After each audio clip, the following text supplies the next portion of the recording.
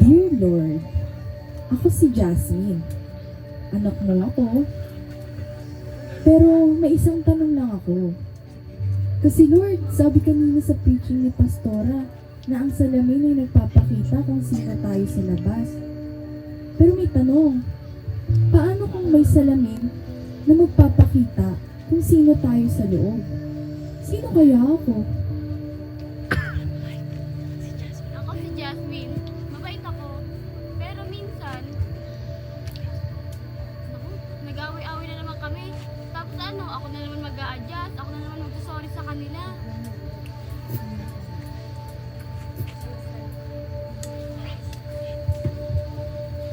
Tama yan. Hayaan mo sila. Lagi ka naman lang ginaganyan, di ba? Hayaan mo sila. Oo nga, tama naman. Ako naman palagi yung nag-a-adjust. So bakit ako? Lagi na lang ako? At hindi nakipag-ayos si Jazz sa mga friend niya. Tara, laro tayo. Tara. Laro tayo. Ano ba yan? Lagi na lang kayo nagkaganyan. Wala na kayong ginawang tama. Ano ba yan? Galit ka na naman talaga, ate. Paano hindi mo nagalit sa inyo kung puro ganyan na lang ginagawa nyo? Puro na lang kayo laro. Wala na kayo inatupag na iba kundi maglaro lang maglaro. Doon nga kayo. Magsialis nga kayo dito. Yan, tama yan, magalit lang. Normal yan, hindi naman yung kasalanan. At nanalo nga ang galit ni Jazz sa kanyang mga kapatid.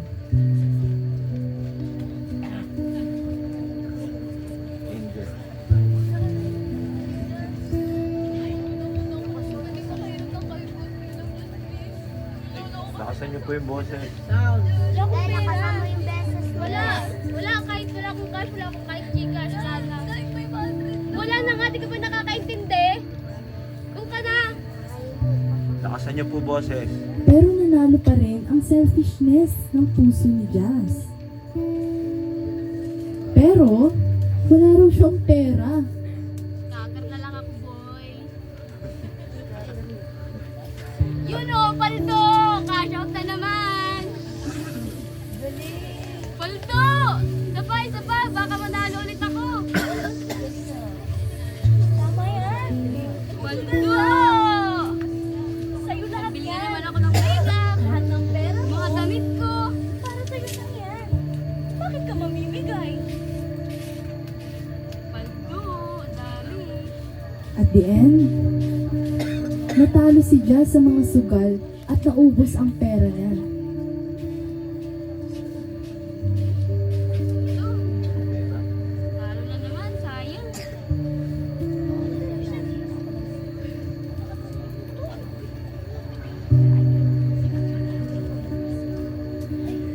Isipin mo rin naman din sa sarili mo, wag puro sila. Bakit iniisip ka ba nila? Kaya nga, sila iisipin. Hindi nga nila ako iniisip eh. Hindi lang ba sila naging concern sa akin? Hindi naman. Wala naman silang nagawang mabuti para sa akin. Ako na lang palagi. At patuloy ngang nilalamon si Jazz ng mga kasalanan sa utak niya.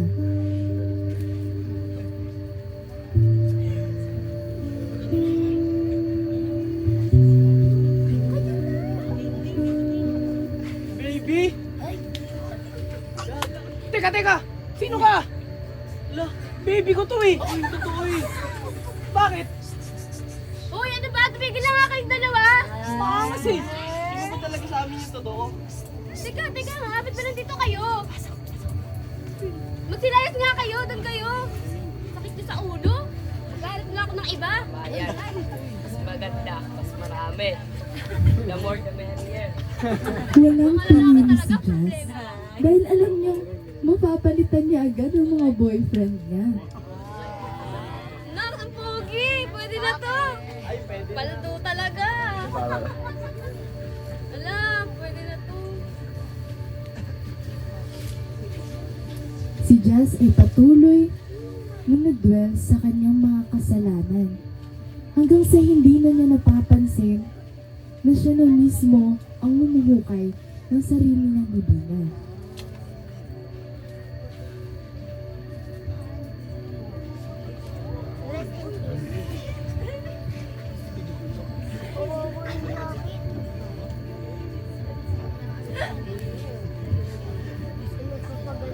Ito ang mga madalas kong magawa, Lord. Ito ang mga kasalanan hindi ko ma-let go. Ito ang mga kasalanang patuloy na nag-hold back sa akin bilang anak mo.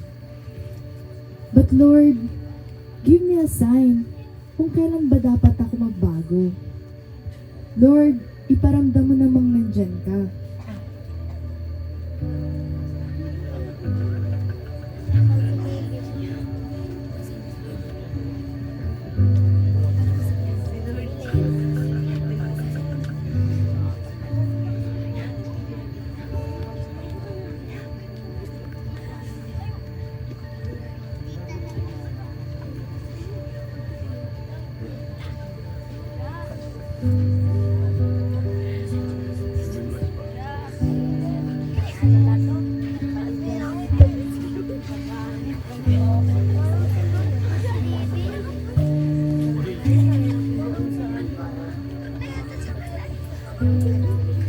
Jazz. Jazz. Jazz, hindi ikaw yan. Jazz, hindi ka ma-pride na tao. Anak ka ng Diyos at hindi ka magagalitin.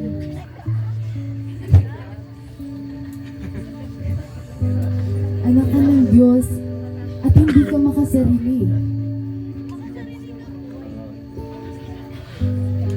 Anak ka ng Diyos at hindi ka unfaithful. Anak, makinig ka sa akin. Hindi. Tama ka.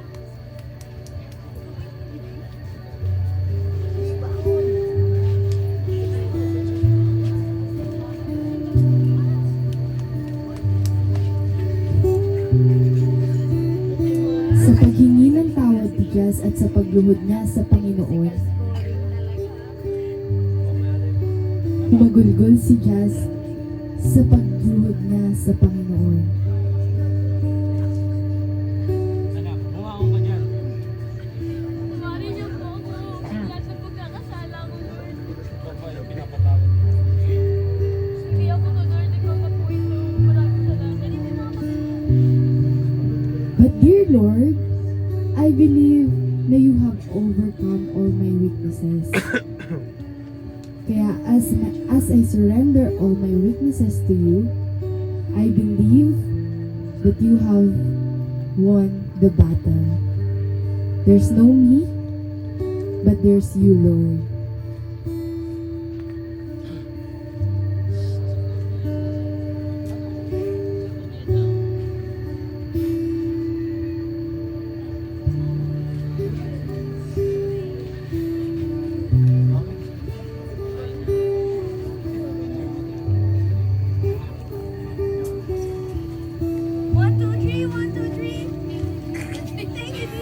One, two, three.